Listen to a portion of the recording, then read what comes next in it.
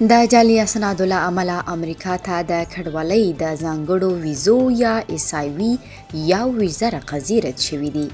د لیفټ بیهایند ادارې اجرایوي رئیسې د پنجشنبې په ورځ ویلي چې د جعلي او دروغجنو اسنادو له امله د افغانانو لپاره د کډوالۍ ځانګړې ویزې یا SIV یا ویزه 250 قضیې رد شوي دي. اغلې ډیمي هیلسټر پر ایکس ټولنیزې پاڼې لیکلي چې دا قضیې د جعلي اسنادو یعنې ناسم سپارښت لیکونو او HR لیټر له امله رد شوي دي. اغلې هیلسټر زیاته کړې ده چې دا لویه مسله کولی شي چې د کډوالۍ ځانګړې ویزې یا SIV او د کام اپروول قضیو تایید او پروسس ځنډنی کړي. د لیفټ بیهایند ادارې د هغو افغانانو لپاره کار کوي چې په افغانستان کې له امریکایي ځواکونو سره دنده ترسره کړې وي او اوس مهال په افغانستان کې دي.